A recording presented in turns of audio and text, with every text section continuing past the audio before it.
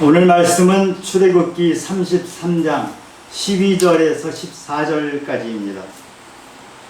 모세가 여호와께 아뢰되 보시옵소서, 주께서 내게 이 백성을 인도하여 올라가라 하시면서 나와 함께 보낼 자를 내게 지시하지 아니하시나이다. 주께서 전에 말씀하시기를 나는 이름으로도 너를 알고 너도 내 앞에 은총을 입었다 하셨사온즉 내가 참으로 주의 목전에 은총을 입었사오면 원하건대 주의 길을 내게 보이사 내게 주를 알리시고 나로 주의 목전에 은총을 입게 하시며 이 족속을 주의 백성으로 여기소서. 여호와께서 이르시되 내가 친히 가리라. 내가 너를 쉬게 하리라. 아멘. 살면서 가장 힘들 때가 언제이셨나요?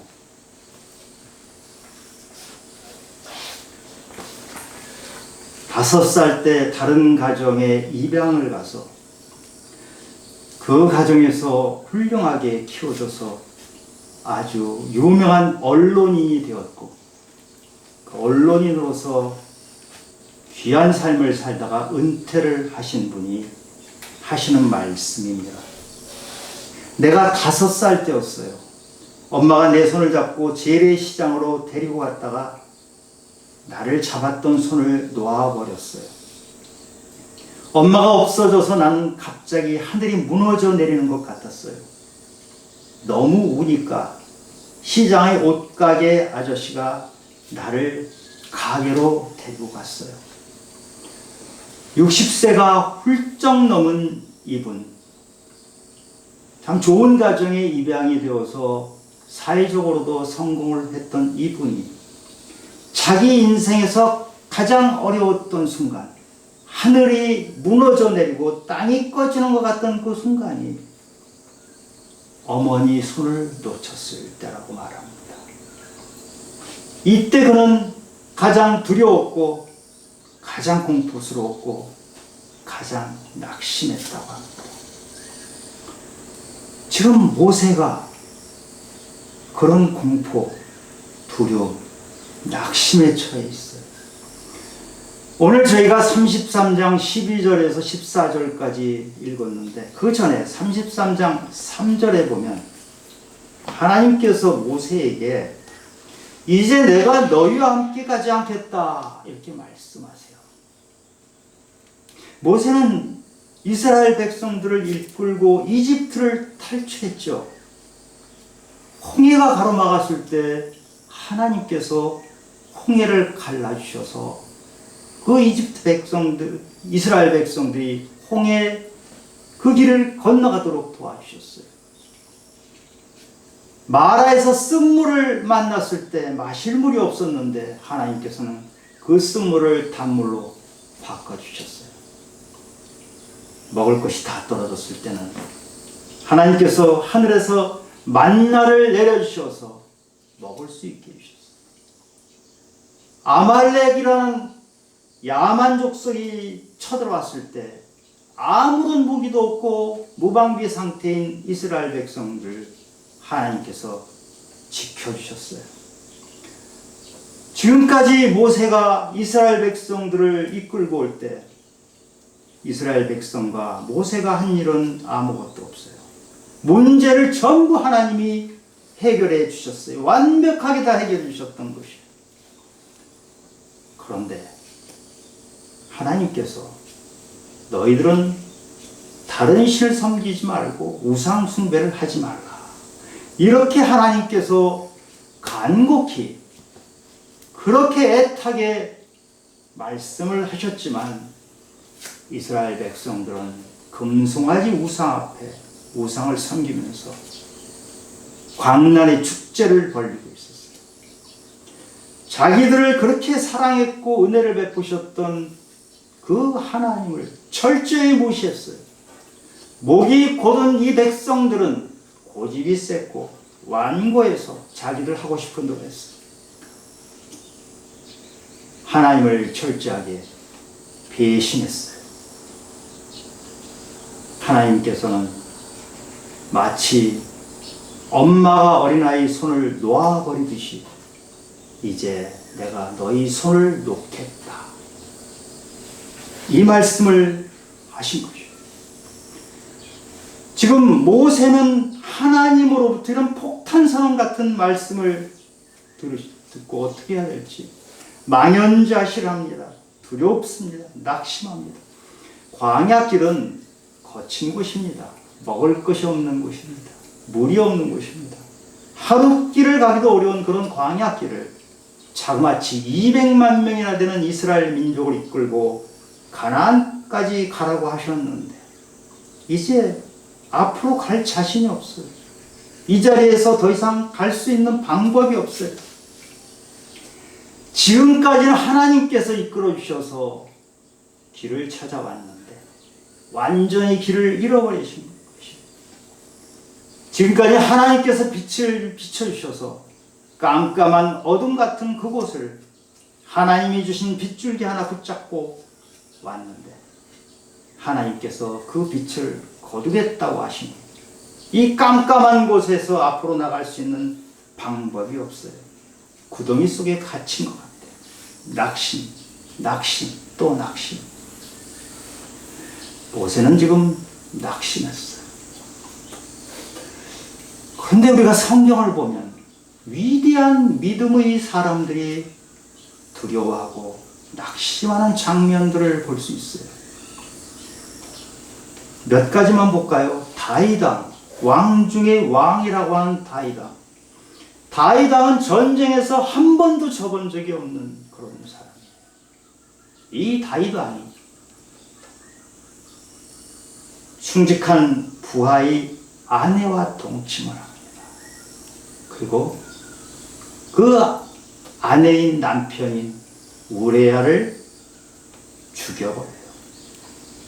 그리고 나서 다윗은 이 죄책감에 시달립니다.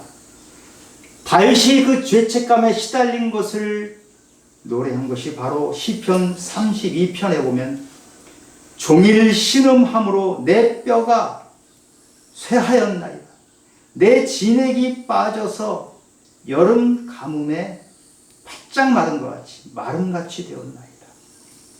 또 51편에서는 나를 주 앞에서 쫓아내지 마시며 주의 성령을 내게서 거두지 마소서. 자신이 범한 그 끔찍한 죄악 때문에 괴로워하던 다윗은 하나님이 성령님이 자기를 떠날 것 같은 더 큰 두려움 앞에 어떻게 해야 될지 할 바를 모르고 있습니다. 또 한 사람 엘리야 아시죠? 갈멜산에서 850명에 이르는 바알 선지자와 아세라 선지자들, 그 선지자들을 대결해서 이겼던 엘리야. 죽은 아이를 살릴 수 있는 대단한 능력까지 보였던 이 엘리야가 이세벨이라는 한 여자에게 쫓겨서 두려움이 엄습해서 어찌할 바를 모르고 있습니다. 로뎀나무 아래에서 하나님께 이렇게 말합니다. 이제 다 끝났습니다. 저희 목숨을 거두어주세요. 저는 선조들보다 나은 것이 하나도 없는 놈입니다. 엘리야는 정말 탁월한 선지자였어요. 그런데 이 엘리야가 무력증에 빠져 낙심의 상태에 빠졌어요. 신약으로 와보면 예수님의 수제자인 베드로, 요한복음 21장에 보면 베드로의 낙심한 모습이 나옵니다. 예수님이 부활하셨어요. 그러면 환영하고 예수님께 달려가야 되는데 베드로는 예수님 앞으로 나가지 못해요. 왜냐하면 예수님이 가장 힘들어 하실 때, 신문 받으실 때 베드로는 3번이나 예수님을 모른다, 예수님을 저주하면서까지 나는 저 사람 몰라 이렇게까지 했던 베드로는 그 배신, 자기가 했던 배신 때문에 예수님 앞으로 나갈 수가 없었어요. 낙심했어요. 그래서 갈릴리 바닷가에서 3년 전에 했던 것처럼 빈배 자고 고기 한 마리 낚지 못하는 그 밤을 보내고 있었어요. 지금 제가 몇 사람 예를 든 이 사람들은 성경에 나오는 인물 중에서도 가장 위대한 인물에 속하는 믿음의 사람들이에요. 그런데 이렇게 대단한 믿음의 사람들도 두려움에 빠지고 낙심에 빠지고 지금 표현으로 말하면 우울증에 걸린 거예요. 심리적인 공황 상태에 빠졌고 영적 침체에 빠진 거예요. 여러분들은 혹시 이런 순간이 없으세요? 하늘이 무너져 내리고 땅이 꺼지는 것 같고 내 주변엔 아무도 없고 내동댕이 쳐진 것 같은 그런 나의 모습. 우리는 살아가면서 고난을 겪습니다. 이런저런 고난을 겪는데 사실 우리는 고난을 겪으면서 성장합니다. 인격은 고난을 거치지 않고는 제대로 만들어지질 않아요. 그런데 우리가 다른 고난은 이렇게 인격이 성숙하는 좋은 점이 있죠. 유익하다고 성경에서 말합니다.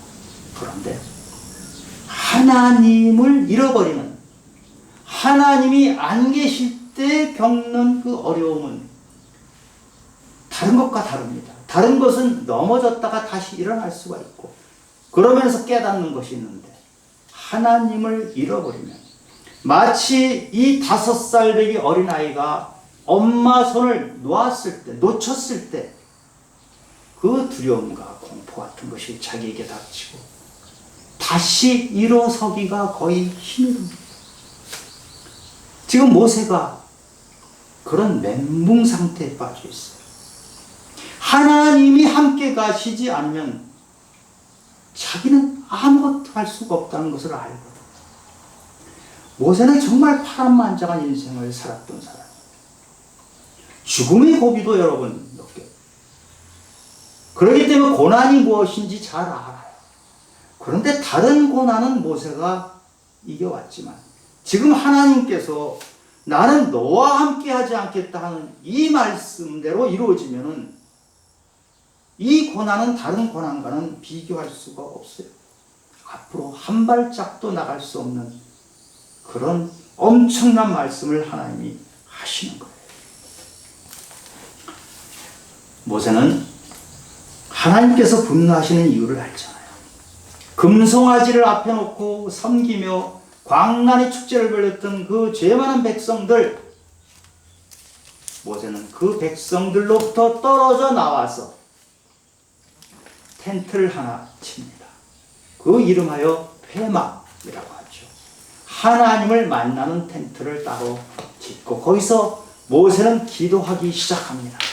그런데 놀라운 것은 이 죄 많은 백성들로부터 떨어져 나와서 하나님 앞에 홀로 회막 안에서 기도하던 모세를 하나님이 찾아오신 것이에요. 아멘. 천지를 창조하신 하나님이 기도하고 있는 모세를 찾아오셔서 모세와 대화를 하십니다. 모세가 하나님께 말씀드립니다. 12절에 보니까 전에 주님께서 나는 이름으로도 너를 알고 너도 내 앞에서 은총을 입었다 이렇게 말씀하셨잖아요. 모세가 하나님께 말씀드려요. 이름으로 안다는 게 무슨 뜻이에요? 우리가 길거리를 다니면 많은 사람들을 만납니다. 그런데 이름을 모르는 사람들 군중이라고 하죠.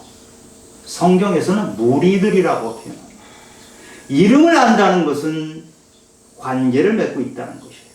그 사정을 안다는 것이에요. 모세라는 이름은 물에서 건진 자라는 뜻입니다. 이 모세라는 그 이름, 이 물에서 건졌다는 이 이름 안에 모세의 인생이 다 들어있어요. 히브리 노예들을 그 산의 아이들 태어나면 다 죽이라고 했던 그 엄청난 바로의 명령 앞에서 모세의 부모는 3개월 된 모세를 갈대 상자에 떠나 보냈어요. 그런데 그 상자를 건져 올린 이집트 공주 그래서 공주와 함께 왕궁에 가서 모세는 이집트의 왕자가 됩니다. 그리고 40세가 돼요. 40세 때 살인을 저질러서 미디안 광야로 쫓겨가서 그 외롭고 힘든 그 광야에서 40년 동안 양치기 생활을 합니다. 그리고 80세가 되어서 그 양을 몰고 시내산을 갈 때 하나님이 모세를 부르세요. 모세야, 모세야. 하나님은 모세의 이름을 정확하게 기억하고 계시거든요. 모세가 살아온 80의 인생을 하나님은 꿰뚫고 계셔요. 이름으로 아시지 않습니까? 이 얘기는 하나님은 내가 걸어온 모든 길을 다 아시지 않습니까? 그것을 기억해 주시옵소서. 모세가 이렇게 얘기하는 거예요. 하나님, 80평생을 제가 살아온 것이 저는 몰랐지만 하나님은 다 아셨고 그것이 되돌아보니까 모두 다 은혜의 시간이었습니다.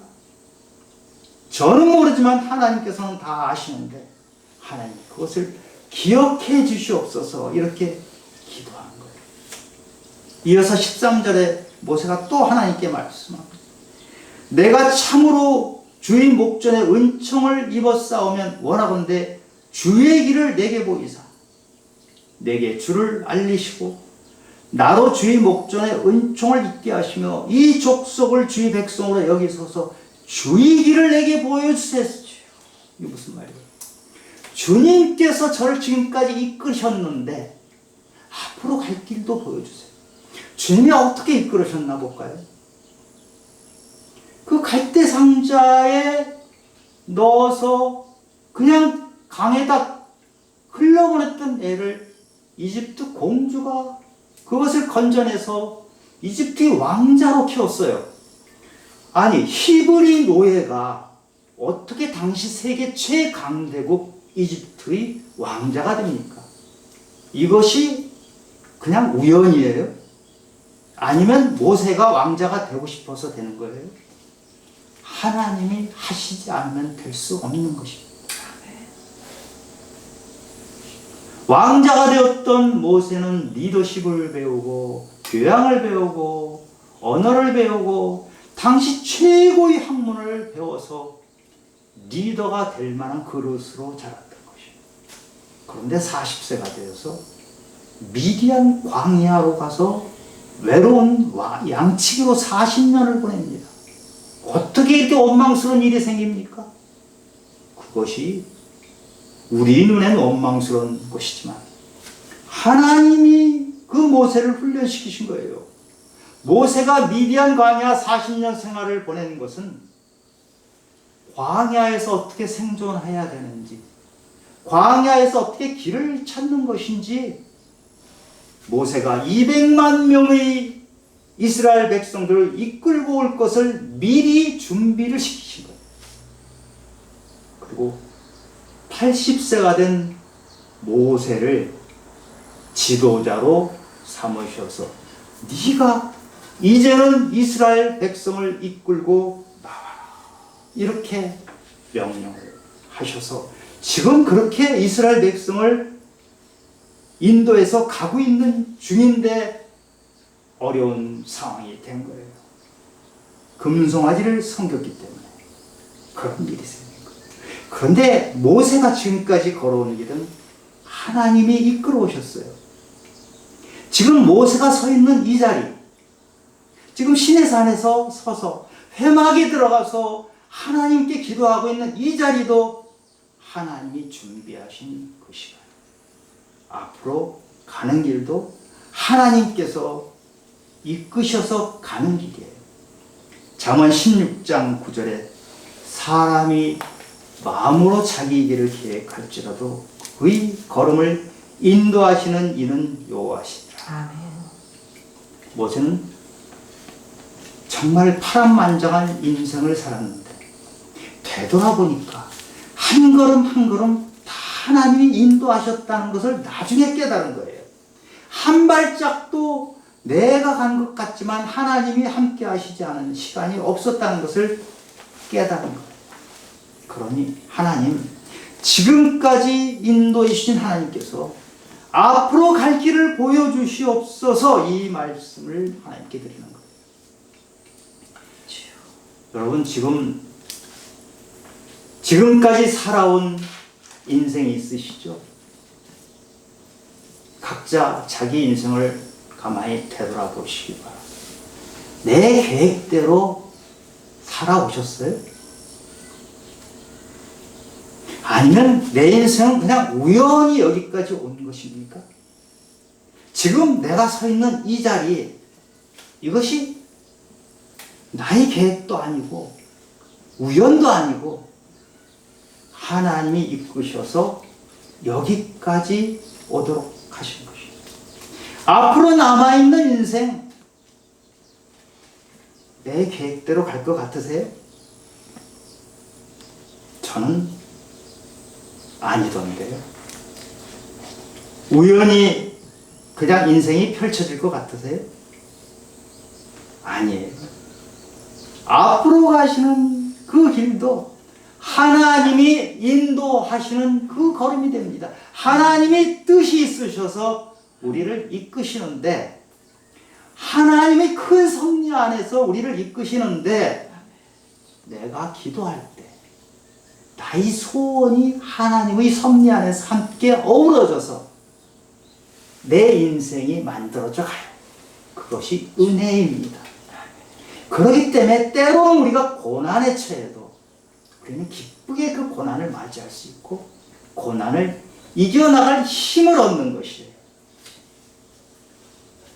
주의 길을 저에게 보여주세요, 이렇게 말했던 모세가, 그래서 제가 주님을 알게 해주세요, 이렇게 또 말을 합니다. 안다는 말이 히브리어로는 야다라고 했죠. 야다. 이 안다는 것이 그냥 지식으로 아는 것이 아니에요.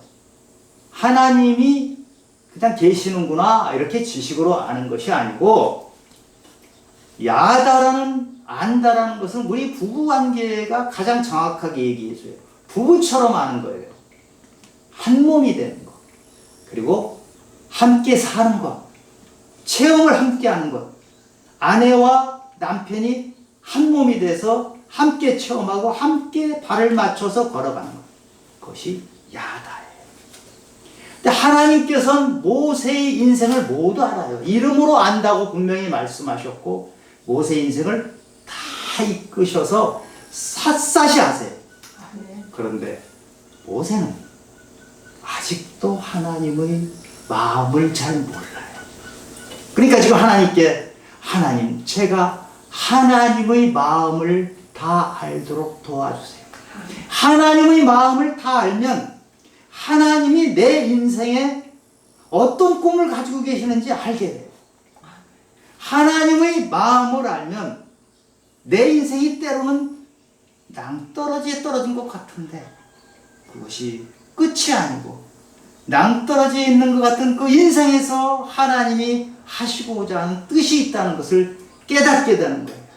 그렇기 때문에 하나님을 알게 해주세요, 이렇게 기도하는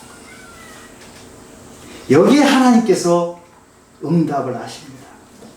모세가 기도한 것이, 우리 예레미야 33장 3절에 보면, 너는 내게 부르짖으라, 그리하면 내가 응답하겠고 내가 알지 못하는 크고 은밀한 비밀을 보이리라, 이렇게. 모세가 기도하니까 기도에 하나님 응답하시면서, 맞아, 네 기도에 따라서 내가 응답해주고 너에게 비밀을 알려줄게 말씀하세요. 14절에 여호와께서 이르시되 내가 친히 가리라, 내가 너를 쉬게 하리라. 모세야, 내가 네 기도를 들었다. 네 간절한 기도를 들었다. 네가 죄 지은 것이 아니고 백성들이 금송아지 만든 죄를 지었지만 너는 백성들 죄를 네가 다 짊어진 것처럼 그렇게 기도한 것을 내가 들었다. 그래, 네 기도대로 내가 친히 가리라. 내가 너와 함께 가마. 거역했던 백성 때문에 때문에 내가 많이 실망하고 내가 그들의 못된 모습 때문에 함께 가지 않겠다고 했지만 내 뜻을 돌이켜서 함께 가라. 그리고 붙여서 하시는 말씀이 내가 너를 쉬게 하리라. 80세 먹은 모세가 이 죄 많은 백성들을 끌고 다니면서 그 시내산 2000m가 넘는 산을 오르락내리락 돌판을 들었다가 깼다가 정말 기가 막힌 삶을 사는 그 모세에게 모세야 너무했었다. 내가 네 고생하는 것을 알아. 네가 얼마나 힘들었는지 너의 기도 소리를 내가 다 들었어. 네가 실망한 것도 들었고 네가 때론 넘어져 있는 것도 내가 다 알고 다 들었어. 그런데 이제는 너에게 쉼을 줄게. 네가 지고 있던 무거운 짐을 내가 대신 져줄게. 아멘. 너희 짐이 이제 가벼워질 거야. 이 말씀을 하십니다. 우리가 간절히 기도하면 하나님은 우리 기도를 들어주시고 응답하십니다. 아멘. 하나님은 원래 뜻이 있으셔요. 때로는 거역했던 이스라엘 백성에게 너희가 그렇게 거역했기 때문에 함께 가지 않겠다는 뜻이 있으시지만 모세의 기도를 들으신 하나님은 뜻을 돌이키시는 분입니다. 잠언 8장 17절에 나를 사랑하는 자들이 나의 사랑을 입으며 나를 간절히 찾는 자가 나를 만나리라. 모세는 그 회막에 가서 기도하면서 하나님이 찾아오셔서 만났어요. 하나님이 함께 하시면 우리는 어떠한 고난도 어떠한 낙심도 이겨냅니다. 여러분, 하나님 없이 성공한 사람들 이 세상에서 많이 보시죠? 하나님 없이 성공한 그 성공이 과연 진짜 성공이에요? 얼마 전에 BTS 방탄소년단이 활동 중단을 선언했어요. 너무 유명한 그룹이죠. 아마 우리나라에 지금까지 살아온 어떤 사람들보다 세계적으로 이름을 알린 사람들이 바로 이 BTS라고 저는 생각을 해요. 근데 활동을 중단한 이유를 대는데 내가 나로서 남아 있어야 했다. 무슨 말이에요? 내가 세상에서 엄청난 성공을 했는데 내가 남지 않았더라. 내가 없어졌다. 세상에서는 성공을 했는데 나는 상실했어요. 이 고백을 한 거예요. 아직 젊은 사람들이 상상할 수 없는 성공을 거두었는데 하나님 없는 성공을 거두었는데 나는 없어져 버렸다. 이 무시무시한 절규를 하고 있는 거예요. 또 이렇게 말했어요. 시스템이 사람을 숙성하게 놔두지 않았다. 성장할 시간이 없었다. 여러분, 프로그램이 사람을 성장시키나요? 숙성시키나요? 시스템이 사람을 숙성시켜요? 아니거든요. 하나님과 발걸음을 같이 할 때 하나님이 주시는 그 시간, 카이로스라고 합니다. 하나님이 함께하는 그 시간 속에서 우리는 숙성하는 거예요. 그것이 때로는 고난이고 때로는 기쁨이고 때로는 이 세상의 성공일 수가 있어요. 이 세상의 성공을 하더라도 하나님이 함께 하시는 성공은 숙성된 성공인데 하나님이 함께 하지 않는 그 성공은 속이 비어버린 성공. 뚜껑을 열어봤더니 아무것도 없는 그 성공입니다. 하나님 없이 세상에서 성공하는 것은 자신을 잃어버리는 것이에요. 솔로몬 왕이 지은 책이 전도서지요. 시작을 이렇게 합니다. 헛되고 헛되며 헛되고 했더니 모든 것이 헛되도다. 솔로몬 왕이 나이 들어서 노년에 지은 책인데 이렇게 고백을 시작합니다. 솔로몬 왕은요, 성경에 나온 지금까지 나온 모든 인물 중에서 가장 성공했던 왕이에요. 지혜의 왕이죠. 부귀를 다 가졌죠. 자식들도 많았죠. 우리 인간들이 이 세상에서 성공이라고 할 수 있는 거는 다 가졌던 사람이에요. 아내가 1000명이나 됐어요. 그런데 문제는 그 1000명이나 되는 아내들이 우상들을 잔뜩 끌고 왔어요. 그래서 솔로몬은 그 지혜의 왕이고 부와 기와 권력을 다 가졌던 사람이 점점 더 우상에 빠져 들어갔던 거예요. 그러고 나서 자기 인생을 보니까 헛것이더란 얘기예요. 성공한 줄 알았는데 자기 인생을 다시 봤더니 어느 순간 자기는 헛것이 돼 있다는 얘기를 한 거예요. 그래서 천도서를 지으면서 젊은이들아 나처럼 살지 말아라. 그래서 전도서의 마지막에 12장에 이렇게 얘기합니다. 창조주를 기억해라. 하나님을 경외하고 하나님 명령을 지키라. 그러면 너희 성공은 값진 성공이 될 것이고 너희가 고난에 빠졌더라도 그 고난이 하나님 앞에서 귀한 숙성의 자리가 될 것이다. 이렇게 말합니다. 혹시 지금 힘이 드십니까? 아니면 낙심하셨어요? 주위에 아무도 없는 것 같은 그런 상황에 빠질 수도 있죠. 지금 모세가 지금 그런 상황이었어요. 그런데 모세도 그렇고 엘리야도 그렇고 다윗도 그렇고 베드로도 그래요. 그렇게 낙심했던 순간에 하나님 손을 다시 잡으니 다시 일어서서 더 큰 사명자로 살았어요. 낙심을 이겨냈어요. 우리는 언제든지 넘어질 수 있어요. 그런데 혼자 넘어지면 일어나지는 못해요.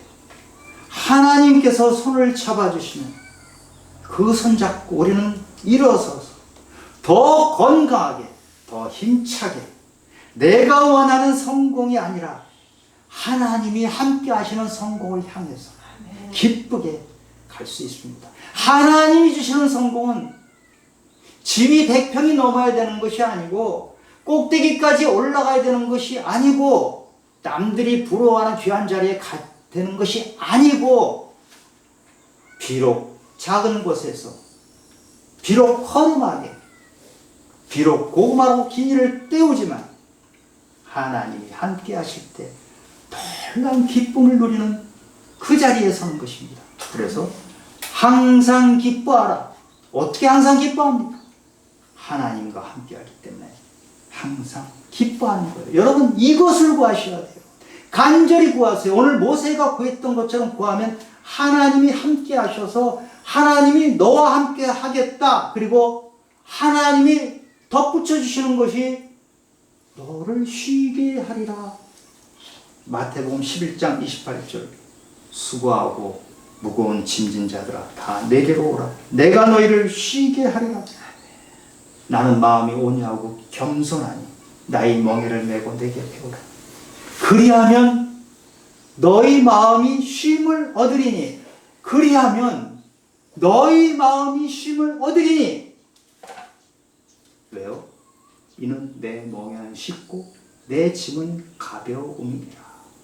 이렇게 말씀하세요. 주님께서 너 왜 그렇게 무거운 짐을 지고 있니?